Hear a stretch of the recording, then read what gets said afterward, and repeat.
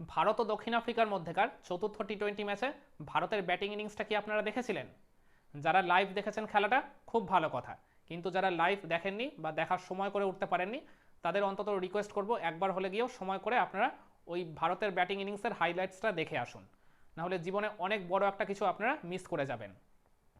তো এই চতুর্থ টি-20 ম্যাচে ভারতের ক্যাপ্টেন সূর্যকুমার টস জিতে তিনি ব্যাটিং করার সিদ্ধান্ত নিয়েছিলেন। খুবই ভালো একটা পাটা উইকেট ছিল, মানে এই টাইপের উইকেটকে ব্যাটিং প্যারাডাইস বললেও আপনারা একদমই ভুল করবেন না। তো ওই জায়গায় ভারতের ইনিংসের প্রথম ওভারটা দারুণভাবে শেষ করেছিলেন মার্কো জ্যানসন। মাত্র 4 রান তিনি খরচ করে একটা আর কি খুব ভালো চান্স ক্রিয়েট করেছিলেন ওই জায়গায় অভিষেক শর্মার। অভিষেক শর্মা ওই ইয়র্কার লেংথের একটা ডেলিভারিতে তিনি ওই কাভার অঞ্চল ক্লিয়ার করতে গেছিলেন, ফলে আউটসাইডেজ হয়ে স্লিপে ফিল্ডিং করা ফিল্ডারের হাতে তিনি ক্যাচ দিয়েই ফেলেছিলেন, কিন্তু খুবই ফর্চুনেটলি তিনি ওই জায়গায় একটা লাইফ পেয়ে যান। কিন্তু এরপর দ্বিতীয় ওভারে জেরাল কোয়েটসে যখন বল করতে এলেন, ওই দ্বিতীয় ওভারের দ্বিতীয় ডেলিভারিতেই আর কি তার একটা শর্ট অফ দ্য লেংথ ডেলিভারিতে সঞ্জু স্যামসন পুল করে তাকে মিড উইকেটের উপর দিয়ে যে একটা বিশাল ছক্কা মারলেন, ব্যাস ওটাই শুরু হলো ভারতের এই ব্যাটিং ইনিংসের তাণ্ডব। এরপর ওই তাণ্ডব লীলাটাই তারা ইনিংসের একদম শেষ পর্যন্ত ক্যারি করে নিয়ে গেলেন। এরপর ওই ওভারেরই একটা ডেলিভারিতে ওই চমৎকার একটা কাট শট করে বাউন্ডারি তুলে নিয়েছিলেন ওই সঞ্জু স্যামসন, ফলে জেরাল কোয়েটসের ওই দ্বিতীয় ওভার থেকে এলো 12 রান। এরপর আমার মনে আছে 4 ওভার শেষে ভারতের স্কোরটা হয়ে গেছিল একসময় 44। ওই সময় সঞ্জু স্যামসনই দলের সিংহভাগ রানটা তুলেছিলেন, অভিষেক শর্মা সম্ভবত 10 রান তখন করেছিলেন। এরপর ওই পঞ্চম ওভারে যখন বল করতে এলেন অ্যান্ডিলেস সিমিলনে, তাকে ওই ওভারে তিনটা ছক্কা আর একটা বাউন্ডারি মেরে 24টা রান তুলে ফেললেন ওই অভিষেক শর্মা। ওই তিনটা ছক্কার মধ্যে প্রথমটা তিনি মেরেছিলেন ওই এক্সট্রা কাভারের উপর দিয়ে, চমৎকার একটা শট ছিল ওটা, মানে এমনভাবে শটটা তিনি নেগোশিয়েট করেছিলেন যে ওই ওয়ান্ডারার স্টেডিয়ামের গ্যালারি টপকে বাইরে চলে গেছিল বলটা। এরপরে সিমিলানের একটা শর্ট অফ দ্য লেংথ ডেলিভারিতে একটা হুক শট করে তিনি ওই ফাইন লেগ ক্লিয়ার করে একটা ছক্কা মারলেন। আর এরপর ওই সিমিলানের ওই একটা লোয়ার ফুল টাচ ডেলিভারিতে ওই স্কোয়ার অফ দ্য উইকেট দিয়ে খুব চমৎকার একটা ছক্কা ওই জায়গায় নেগোশিয়েট করেছিলেন এই অভিষেক শর্মাই। তো ওই আর কি তিনটা ছক্কা আর একটা বাউন্ডারি সহযোগে ওই ওভার থেকে তিনি তুলে নিলেন 24 রান, ফলে 5 ওভার শেষে ভারতের স্কোরটা গিয়ে দাঁড়ালো বিনা উইকেটে 68। এরপর ওই পাওয়ার প্লেয়ার একদম লাস্ট ওভারে বোলিং করতে এসেছিলেন লুথো পামলা, মানে হিসাব মতো ওই ওভারটাই বলতে গেলে সাউথ আফ্রিকার বোলারদের পার্সপেক্টিভে বেস্ট ওভার। ওই ওভারটায় তিনি খরচ করেছিলেন মাত্র 5 রান, আর সাথে অভিষেক শর্মার উইকেটটা তুলে নিয়েছিলেন। তো অভিষেক শর্মা তখন আগুনে মেজাজে ব্যাটিং করছিলেন, তো লুথো সিপামলাকেও তিনি ওই জায়গাটায় কোনোভাবেই রেয়াত করতে চাননি, তাকেও আর কি ওই ডাউন দ্য ট্র্যাকে এসে বড় শট খেলতে গেছিলেন, কিন্তু ওই ব্যাট আর বলের মধ্যে অনেকটাই আর কি ডিস্টেন্স থাকায় কানেকশনটা ঠিকমতো হয়নি, ফলে একটা আউটসাইডেজ হয়ে ওই উইকেট কিপার হেনরি ক্লাসেনের হাতে ক্যাচ দিয়ে তিনি প্যাভিলিয়নে ফেরত গেলেন 18 বলে 36 রান করে। তার এই 36 রানের ইনিংসেই তিনি চারটা ছক্কা মেরেছেন। এরপর পাওয়ার প্লে শেষে ভারতের স্কোরটা দাঁড়ালো 1 উইকেটে 73। এরপর নাম্বার 3-তে যথারীতি ব্যাটিং করতে এলেন আগের দিনের মতোই তিলক ভার্মা। তো ভারতীয় দলের টিম ম্যানেজমেন্ট থেকে সূর্যকুমারের আগেই তাকে ব্যাটিং অর্ডারে আবারও এদিন প্রমোট করা হয়েছিল। তো এই আস্থার প্রতিদানটা খুব ভালোভাবেই দিলেন ওই তিলক ভার্মা। তো সঞ্জু স্যামসনের সাথে তিনি এই দ্বিতীয় উইকেটে 210 রানের একটা ম্যারাথন পার্টনারশিপ গড়ে তারাই বলতে গেলে ভারতকে এই ইনিংসটা একদম হাই নোটা থেকে শেষ করতে সাহায্য করে। শুরুর 4-5টা ডেলিভারি তিলক ভার্মা কিছুটা দেখে খেললো, তারপর আস্তে আস্তে তিনি নিজের খোলস থেকে বেরোতে থাকেন। আর অপর পাশ থেকে সঞ্জু স্যামসনও তিনিও চমৎকার মেজাজে ব্যাটিং করে যাচ্ছিলেন। এরপর পাওয়ার প্লে শেষ ওভার ভেরি নেক্সট ওভারই, মানে ওই 7তম ওভারে বল করতে এসেছিলেন কেশব মহারাজ। তো ওই ওভারের প্রথম বলেই ওই সঞ্জু স্যামসন তাকে চমৎকার একটা ইনসাইড আউট শটে বাউন্ডারি মারলেন। সঞ্জু স্যামসন ওই প্রথম ম্যাচে যেখানে তিনি সেঞ্চুরি পেয়েছিলেন সেখানেও দেখেছিলাম কেশব মহারাজকেই তিনি কয়েকটা ভালো ভালো ইনসাইড আউট শট খেলে স্কোর করেছিলেন ওই জায়গাটায়।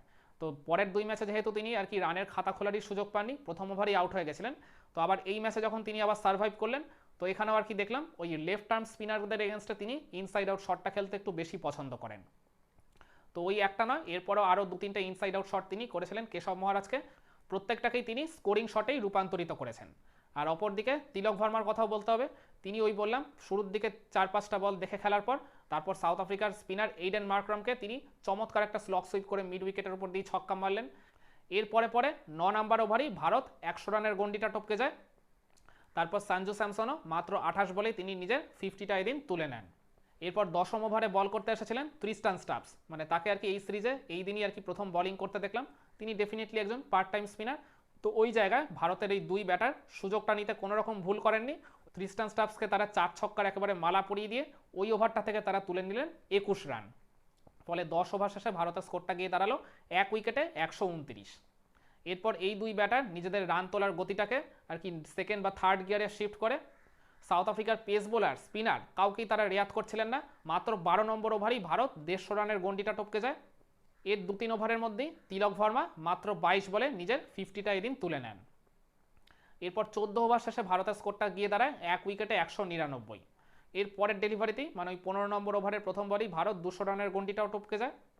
ভারতের এই 200 রানের গন্ডি টপকানোর সাথে সাথেই দেখলাম তিলক ভার্মা প্রায় একার কাঁধেই ওই জায়গাটা থেকে আর কি দায়িত্ব নিয়ে ভারতের এই রান তোলার অ্যাক্সিলারেশন রেটটাকে কয়েক গুণ বাড়িয়ে নিয়ে গেলেন।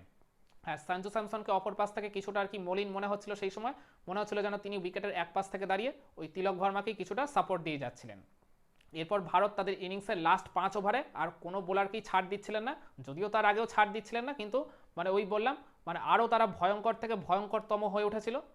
এরপর তিলক ভার্মার ব্যক্তিগত স্কোরটা যখন 75 ছিল সেই সময় ওই জেরাল্ড কোয়েটজেকে তিনি একটা চান্স দিয়ে দিয়েছিলেন। ও তার একটা শর্ট অফ দ্য লেংথ ডেলিভারিতে পুল করতে গেছিলেন, কিন্তু ওই লিডিং এজ হয়ে ক্যাচ উঠে গেছিল।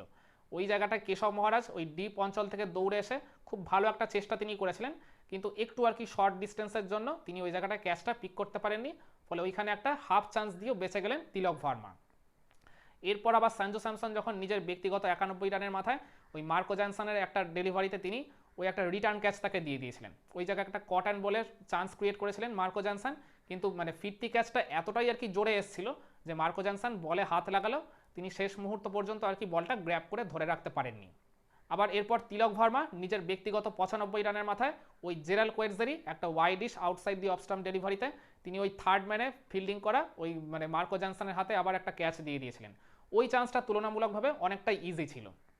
ওই দোষটা বলবো পুরোপুরি ওই মার্কো জনসনেরই ছিল, তিনি কনসেন্ট্রেটটা ঠিকমতো করতে পারেননি, ফলে ক্যাচটা তিনি গ্র্যাব করতে পারেননি। ফলে এদিন তিলক ভার্মা নিজের ইনিংসে দুইটা লাইফ দিয়েও তিনি বেঁচে গেছিলেন। এরপর 18 নম্বর ওভারেই ভারত 250 রানের গন্ডিটাও টপকে যায়। ওই 18 নম্বর ওভার শেষে তাদের স্কোরটা ছিল 1 উইকেটে 251। এক সময় তিলক ভার্মা আর সঞ্জু স্যামসনের রানের ডিফারেন্সটা বেশ অনেকটাই ছিল, ওই 30-40 মতো রানের ডিফারেন্স তারা একটা সময় ক্যারি করছিলেনই, যেহেতু সঞ্জু স্যামসন অনেকটাই আগে ব্যাটিং করতে নেমেছিলেন। কিন্তু ওই যে বললাম 200 রানের গন্ডি টপকানোর পর থেকে তিলক ভার্মা একার কাঁধেই দায়িত্ব নিয়ে ভারতের রান তোলার গতিটাকে আর কি কয়েক গুণ বাড়িয়ে নিয়ে গেছিলেন। তখন সঞ্জু স্যামসন উইকেটের অপর পাশ থেকে তাকে কিছুটা সাপোর্ট দিয়ে যাচ্ছিলেন। ওই পার্টিকুলার আর কি সুযোগটাকে কাজে লাগিয়ে তিলক ভার্মা সঞ্জু স্যামসনের রানটা তখন খুবই ক্লোজ চলে আসে। ওই 19 নম্বর ওভার যখন রানিং চলছে তখন একটা সময় তিলক ভার্মার স্কোরটা ছিল 97, সঞ্জু স্যামসনের ছিল 95। তখন এইরকমটা মনে হচ্ছিল যে কে আগে সেঞ্চুরির মার্কটা ক্রস করে। তো ওই জায়গা থেকে সবার প্রত্যাশা মতো সঞ্জু স্যামসনই প্রথম সেঞ্চুরিটা এই ম্যাচে তুলে নেন। ওই 95 থেকে তিনি একটা বাউন্ডারি মেরেছিলেন, তারপর ওই 99তে পৌঁছানোর পর একটা সিঙ্গেল নিয়ে তিনি এই সিরিজে দ্বিতীয় সেঞ্চুরিটা তুলে নিলেন মাত্র 51 বলে। আর এর ঠিক পরে পরেই তিলক ভার্মাও একটা বাউন্ডারি মেরে তিনি নিজের সেঞ্চুরিটা তুলে নেন মাত্র 41 বলে। মানে বললাম তিনি প্রথম 50টা করেছিলেন মাত্র 22 বলে, আর পরের 50 করলেন মাত্র 19 বলে। তো সঞ্জু স্যামসন আর তিলক ভার্মা দুজনেই সেঞ্চুরি পাওয়ার পর নিজেদের ওই ট্রেডমার্ক স্টাইলে তারা সেলিব্রেশন করলেন। তো ওই জায়গাটায় এই দুই ব্যাটার কিছুটা বিনোদন দিলেন তাদের দর্শকদের বা সমর্থকদের।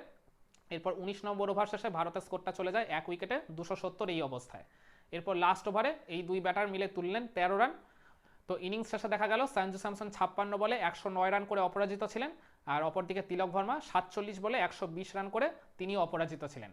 সঞ্জু স্যামসন তার এই ইনিংসে 6টা বাউন্ডারি 9টা ওভার বাউন্ডারি মেরেছেন, আর অপরদিকে তিলক ভার্মাও তার এই 120 রানের ইনিংসে তিনি 9টা বাউন্ডারি 10টা ওভার বাউন্ডারি মেরেছেন।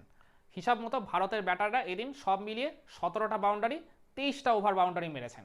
তো এইভাবেই পার্টিকুলারলি সঞ্জু স্যামসন আর তিলক ভার্মার সৌজন্যে প্রথম ইনিংসে 283 রান ভারত তুলে ফেলে মাত্র 1 উইকেট খুইয়ে। তো এই রানটা চেস করতে নেমে সাউথ আফ্রিকার ব্যাটাররা ইনিংসের শুরু থেকেই যথেষ্ট স্ট্রাগল করছিলেন, তারা যে যথেষ্ট আর কি নার্ভাস হয়ে গেছিলেন তাদের ইনিংসের শুরুটা দেখেই বোঝা গেছিল। ফলস্বরূপ মাত্র 148 রানেই তারা অল আউট হয়ে যায়।